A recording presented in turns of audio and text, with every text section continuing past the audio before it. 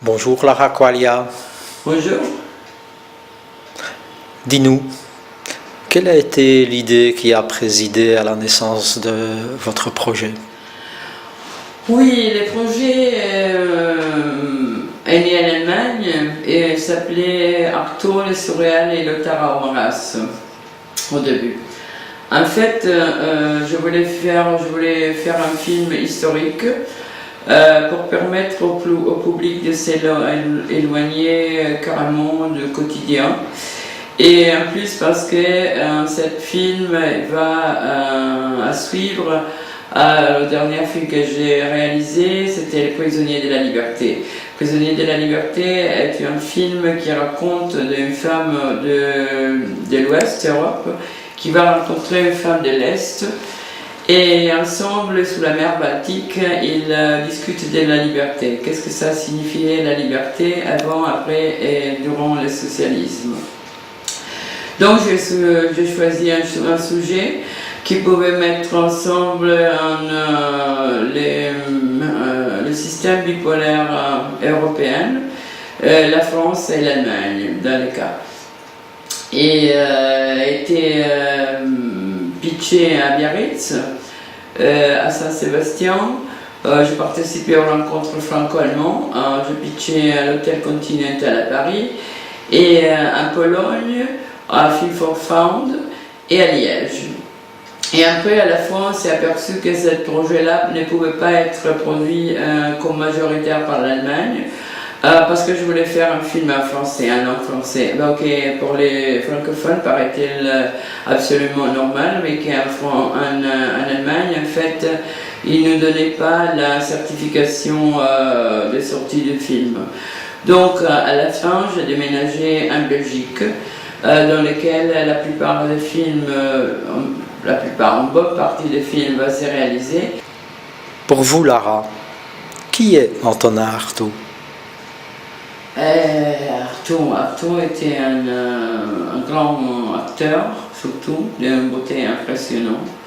Dans les films, il y aura un grand atout, c'est l'esthétique. Artaud était un dramaturge, était un auteur. Donc Artaud était un personnage, une personne jamais satisfait. Et il recherchait des sujets pour son public.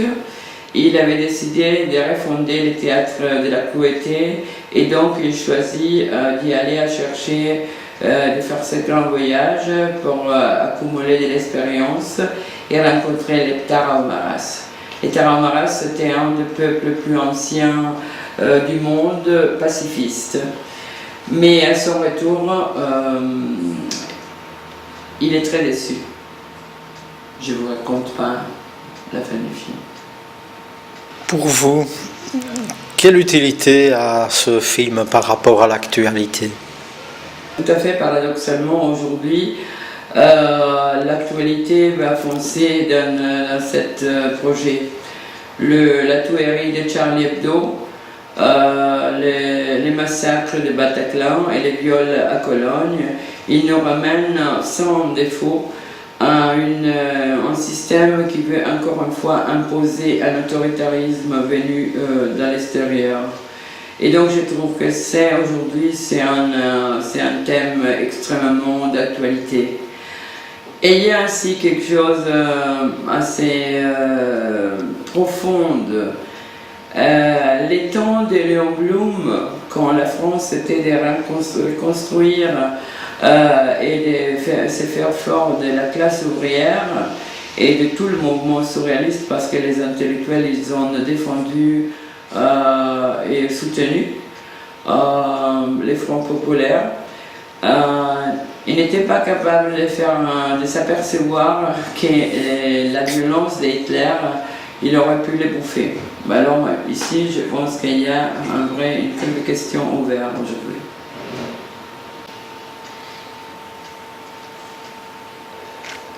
Et pourquoi faire appel à Kiss Kiss Bang Bang?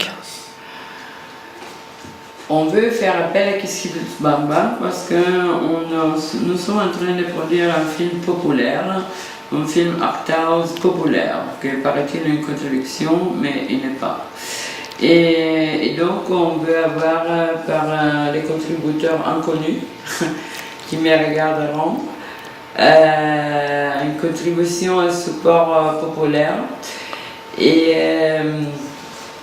bien sûr, cette production, c'est une production entre l'Allemagne et la Belgique, la Pologne pour la post-production et le Mexique, avec la participation de Taro Maras. Oui, les contributions seront utilisées pour deux phases assez importantes du film. Une, c'est la création. On a déjà un site Facebook, Les Miroirs d'Artaud, mais on veut créer une plateforme dédiée au film, construite par Bell, une société belge de websites et video games, pour permettre au public justement de pouvoir suivre toutes les différentes phases du film, et selon aussi les contributions mettre leur propre nom, donc on se fait remarquer en fait, mais aussi pouvoir jouer avec les personnages et les matériels que nous avons envoyés pendant la production du film. La deuxième est la pré-production.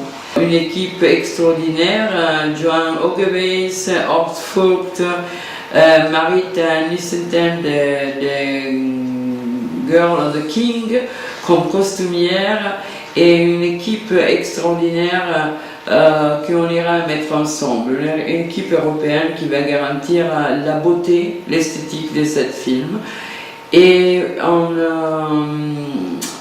un casting unique aussi, entre lesquels il y a Miranda Bodenhofer qui peut-être va vous envoyer une carte postale de Chihuahua, plutôt qu'Eric Boujani qui va vous envoyer une carte postale de Malte, ou bien la Belgique. On a une task force belge exceptionnelle, Yann Fott, Gouyan Brabant, Bakstir Topojani et Olivier Massert.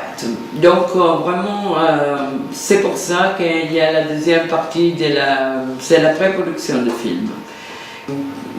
Qu'est-ce qu'ils vont en fait avoir les contributeurs? Les contributeurs, ils vont avoir d'abord des dons, des cadeaux, en disant un petit pic, dans le sens avant un grand merci pour un cadeau de 5 €, jusqu'à arriver même à organiser une première seulement pour un contributeur. Et donc la grande joie de voir finalement le film réalisé à la présence de l'équipe qui a participé, et peut-être aussi de plusieurs acteurs. Les chaussures Taro Maras. Les Taro Maras, dans le film, ils ont été les premiers qu'ils ont jetés dans le 2014 à Chihuahua, j'ai rencontré. Et il peut faire des vraies chaussures Taro Maras. Ça, c'est une exclusive seulement pour les contributeurs. Donc, je vous invite à devenir contributeur de cette film parce que ça mérite. Et aussi pour soutenir les Taro Maras qui, dans ce moment, ils sont en train de vivre dans une situation vraiment pénible, appelée l'aube des temps, parce que les Taro Maras, ils existent depuis l'aube des temps. Mais ils n'ont plus d'eau, ils vivent dans la sécheresse, donc c'est aussi pour eux un soutien. Et donc je vous souhaite de venir voir, quand le film sera terminé, grâce à votre contribution, les films terminés dans une première seconde pour vous.